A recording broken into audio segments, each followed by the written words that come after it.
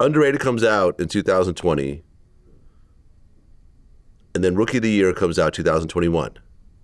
And like you mentioned, you got G Herbo on a Come Up remix. Mm-hmm. That was dope. And you actually, there was like a bigger video behind the G Herbo version. Yeah, this was crazy. We went to, that was when I first moved to LA. That was my first music video with a production crew and stuff like that. That shit took 12 hours. I remember waiting at Santa Monica Beach for Herb to pull up. I was excited as fuck because that was my favorite rapper ever. He was cool as fuck when he came. That shit was crazy. That video has a lot more meaning behind it than anybody I ever know, just because of G Herbo being my favorite rapper and him being on my song, my first feature. Like, that shit was just crazy. Yeah, I mean, the remix got 75 million streams on Spotify. Damn. Yeah, so it did well. It's your second biggest song, I guess. Yeah. And actually, on Rookie of the Year, my favorite song by you is Spinning. That shit hard. Appreciate that. That's hard. Tay Keith is like a genius, man. Man. Honestly, I would just say it. That was my first request for a major producer that I wanted. I wanted something with Tay Keith, and I'm glad I got. Spinning was hard. I wanted to make sure that shit went crazy. The video was hard too.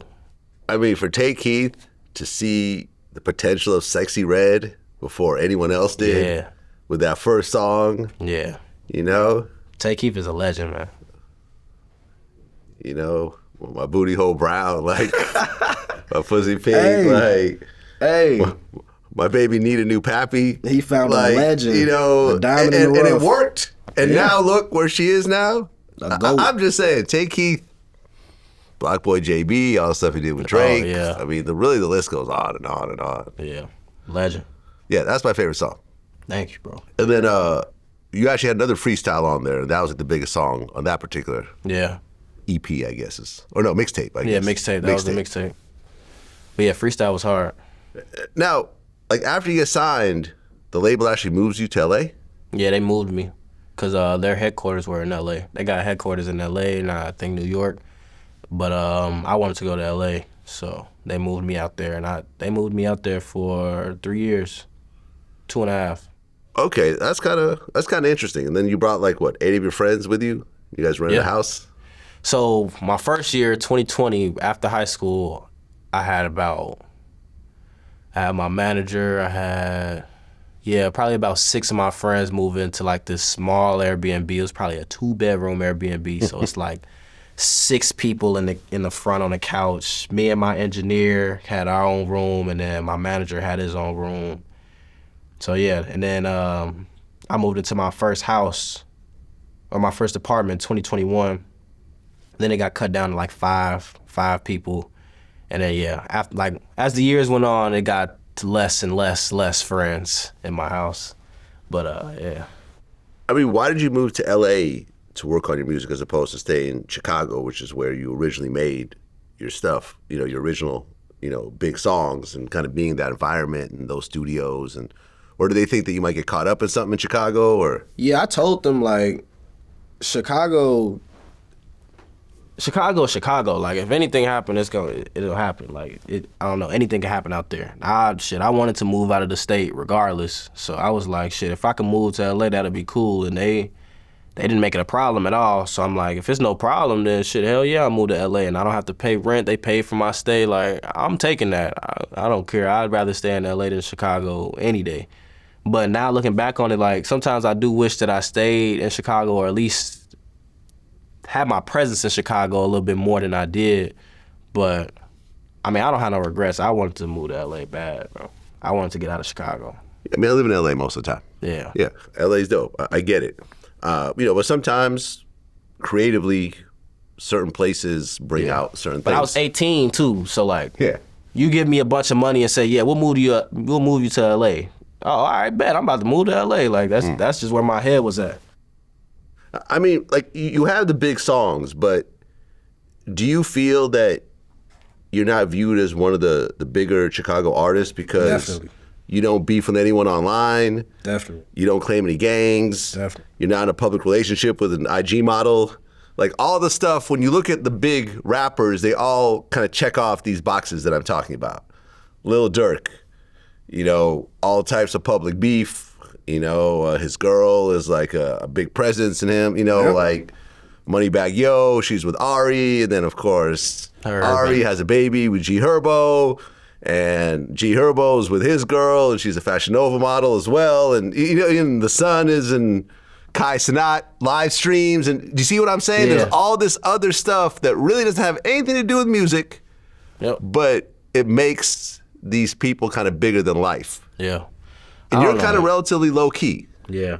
Man, bro, that's been pissing me off for like the last few years, bro, because it's like, even with the Chicago promo pages and stuff like that, they don't even include me in nothing. They don't post me. They don't post my music. It's been like that, though. Like, maybe around like my first year, 2020, a little bit of 2021, they was posting about music a little bit. But after a while, they stopped even including me and stuff. Artists from Chicago don't be wanting to do no music. It be weird, bro. I don't understand why it's so weird, but it's been like that for a minute. That shit low-key do be pissing me off, but hey, it is what it is. I'm not the type of person to be as in the media, and I was just in an interview with a Chicago blogger. He was just telling me like, yeah, you gotta get your personality out there more and shit like that.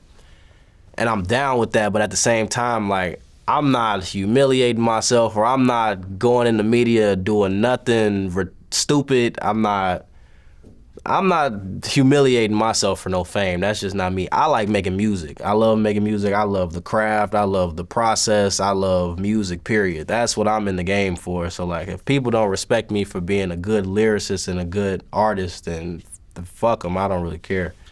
Yeah, I mean, look, some artists can get away with never doing interviews, never talking. Like a Kendrick. Yeah. You literally, outside of the songs, you don't see a tweet. Yeah. You don't see him out in public. Yeah.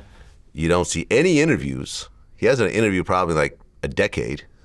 Damn, I never even realized that. Think about it. Think about the last time you seen Kendrick. I don't think I've ever seen a Kendrick interview ever in my life. Early on, there were some. They were doing the promo runs and so forth. But at one point, he literally won't talk for 2-3 years, and then boom, he'll drop something out of nowhere, and then he disses Drake, and then suddenly it's like, okay, it's World War III. Yeah. That's how I would see my career being. I mean, I'd be in the media a little bit. Like, I say my piece about certain topics and stuff like that, or like if I'm outside in another city, like I'll post what I got going on and stuff like that. Like, I'll be in the media, but I don't overdo it. Or like if I got a relationship going on, like I don't put the media in my relationship or nothing like that. That's just me. That's just the type of person I am. So yeah, I don't really be with all that. But I definitely feel like I get what's the word? I don't know, they just don't put me in Chicago conversations because I don't be like the other ones. Overlooked. Yeah, overlooked. But yeah, I mean, look, I understand the game, and I go on Twitter sometimes and I say certain things that end up ending up on TMZ and Shade Room and Baller Alerts. I'm surprised sometimes. I'm like, this is what y'all are talking about for real? Like, this is just a random tweet. Yeah. 2-3 million impressions. Sometimes, I overdo it and I gotta apologize and, deal with the repercussions of what I just did. Like me and Marlon Wayans went at it at one point. But it's almost like, and I feel like with Chicago, it's almost tougher because the audience wants the drama from Chicago artists. They want, if you're from this part of town, okay, you're beefing with all these other areas, so we want to hear some subtle sneak disses, or we want to hear someone smoking on something and so forth. And a lot of these guys just move out of town. Chief Keef left as soon as it got hot and never came back. Did his first concert in Chicago like a year ago or something. Dirk moved away. Most of these guys, went to LA, Atlanta, Vegas, and so forth. But there was still like kind of the element, and I feel like Chicago is the first ones that really almost self-snitching on themselves, would talk about situations like you see like Bloodhound Lil Jeff, who got killed recently.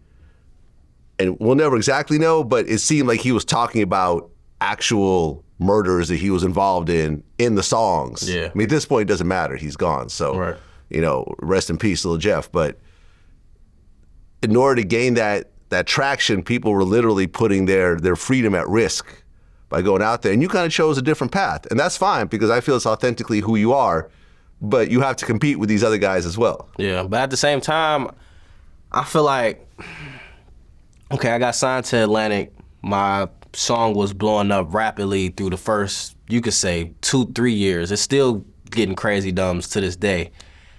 And then I dropped my mixtape Rookie of the Year, and then it was like, as far as dropping music, I didn't get to drop that much music after that. Like, we were holding on to a lot of music. We couldn't see eye to eye on what we wanted to drop or how we wanted to do a rollout or stuff like that, and everything gets pushed back to the point where I'm not dropping for like a year, 2 years. So like, I feel like that was a big part of why my notoriety or whatever went down. Buzz? Yeah, my buzz went down because I wasn't dropping anything. And I was trying to drop, but I couldn't drop. Like, I'm dropping little music videos on the side because they're not letting me drop my music. And then it was like, yeah, so. So are they letting you drop now? I'm not with Atlantic no more. Oh, so you left? Yeah. When was this? They dropped me January of last year. So it's been a year. Yeah.